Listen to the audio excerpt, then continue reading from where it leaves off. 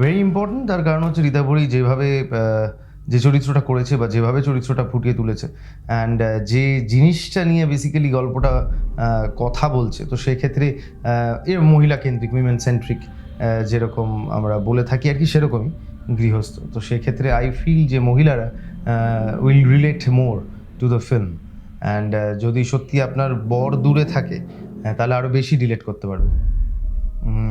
মৈনাকের সঙ্গে আমার এটা তৃতীয় কাজ, এবং মৈনাকের থেকে শেখা ওরমভাবে এখন মাথায় আসছে না।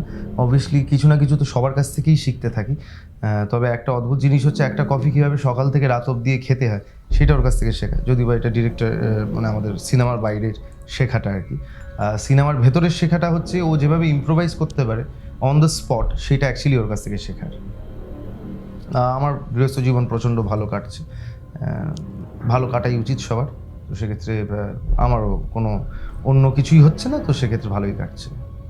ফেলুদা, নিউলি ম্যারিডদের হানিমুন পিরিয়ড চলে, সেটা যতদিন বেশি চলে ততই ভালো।